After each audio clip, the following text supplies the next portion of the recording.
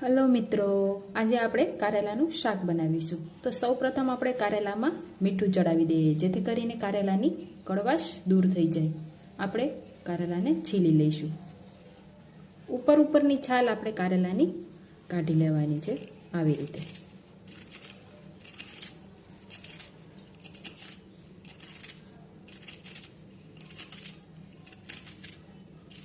આવી રીતે આપણે કારેલાની છાલને કાઢી લેવાની છે। આવી રીતે આપણે એને કાઢી લઈશું। પછી આપણે એને આપણા કારેલા મોટા છે તો આપણે એને વચ્ચેથી કટ મારીશું। જો નાના હોય તો આપણે આખા પણ લઈ શકીએ। હવે આપણે આને વચ્ચેથી કટ મારવાનો છે। ત્યારબાદ આપણે એમાં તેનાથી બીજ કાઢી લઈશું। આની અંદરના જે બીજ છે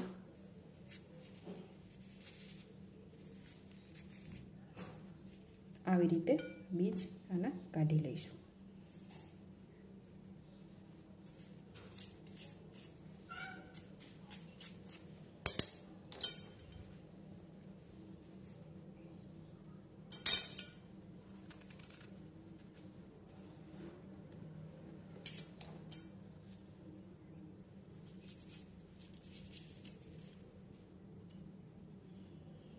હવે આપણે આમાં મીઠું ચડાવી દઈશું।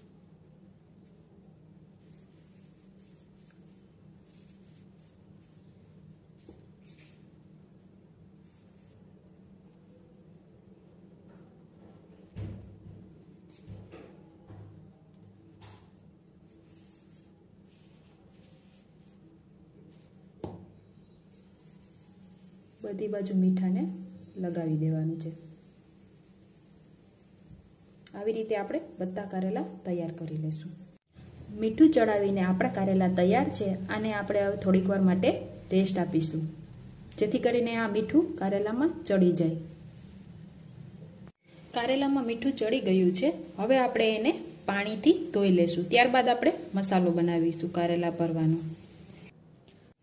હવે આપણે મસાલો તૈયાર કરી લઈશું જે કારેલામાં આપણે ભરી શકીએ। તો સૌપ્રથમ આપણે ચણાનો લોટ લેશું જેને આપણે શેકી લેશું।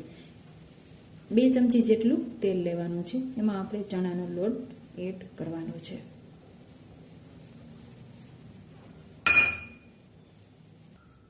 આમાં આપણે થોડી હલ્દી પાવડર અને થોડું ટેસ્ટ પ્રમાણે મીઠું એડ કરીશું। ત્યારબાદ આપણે તેને હલાવીને શેકી લેશું।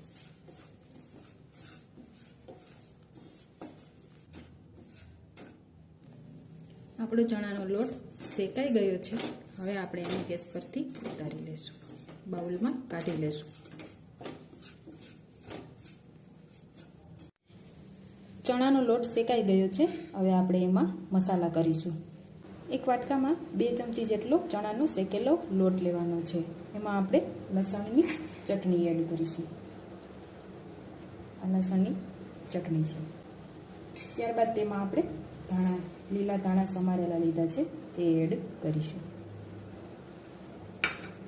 ત્યારબાદ તેમાં થોડી હળદર,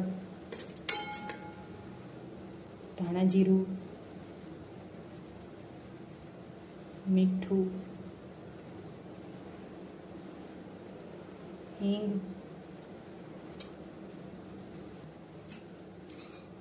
ચપટી એવી ખાંડ, લીંબુનો રસ એડ કરીશું। આપણે 2 ચમચી જેટલું એમાં તેલ એડ કરીશું। ફરીથી એને મિક્સ આપણે કરી લઈશું।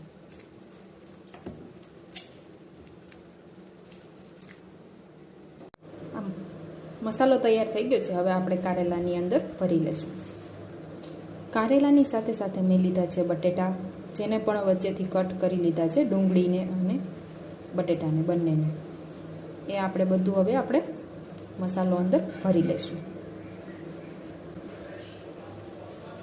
આવી રીતે આપણે મસાલાને અંદર કારેલાની અંદર ભરી લઈશું।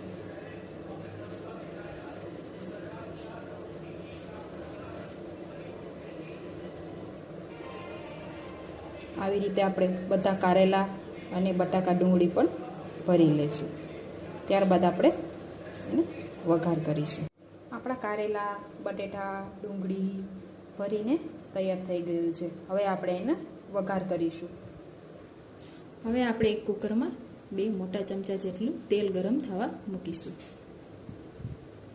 તેલ ગરમ થઈ ગયું છે. હવે આપણે એમાં વઘાર કરીશું. અડધી ચમચી જેટલી રાઈ નાખશું.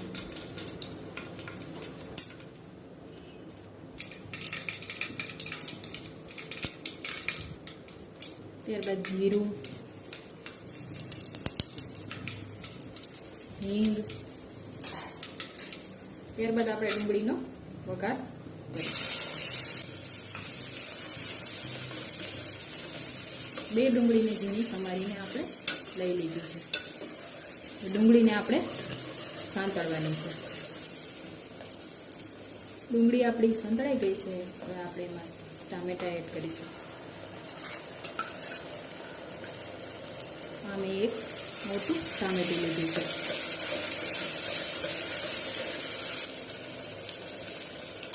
હવે આની અંદર આપણે હલ્દી પાવડર, સ્વાદ અનુસાર નમક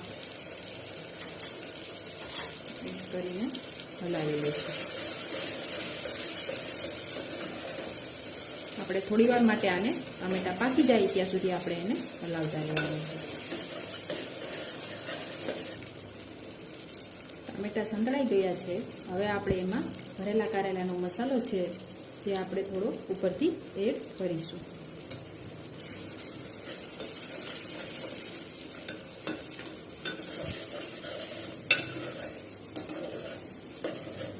થોડી વાર માટે આપણે એને ચડવા દેશું.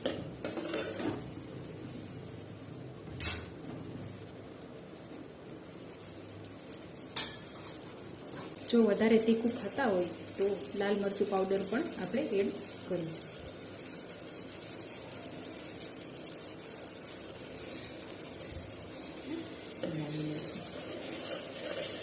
આપણી ગ્રેવી સરસ સંતળાઈ ગઈ છે. હવે આપણે એમાં બધા ભરેલા આપણે શાકભાજી એડ કરીશું. બટેટા ભરેલા પહેલા એડ કરી દઈશું. ત્યારબાદ ડુંગળી,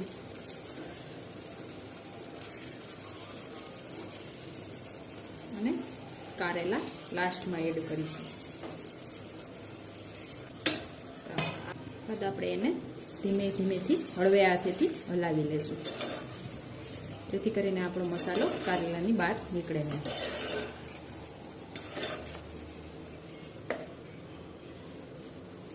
થોડી વાર માટે આપણે આને સાંતળી લેશું. કાપડું સંતળાઈ ગયું છે. હવે આપણે આને અડધો ગ્લાસ જેટલું પાણી એડ કરી અને કુકરની સીટી વગાડી લેશું. પાણી વધારે નથી એડ કરવાનું. ફરીથી એકવાર હલાવી લેશું.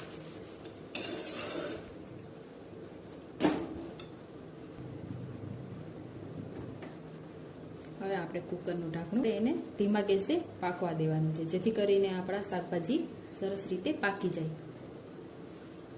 આપણું શાક થઈ ગયું છે. આપણે જોઈ લઈએ.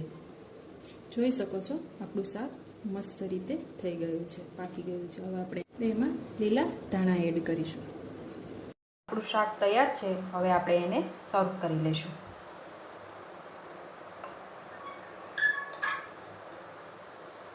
ગ્રેવી વાળું શાક છે મિત્રો.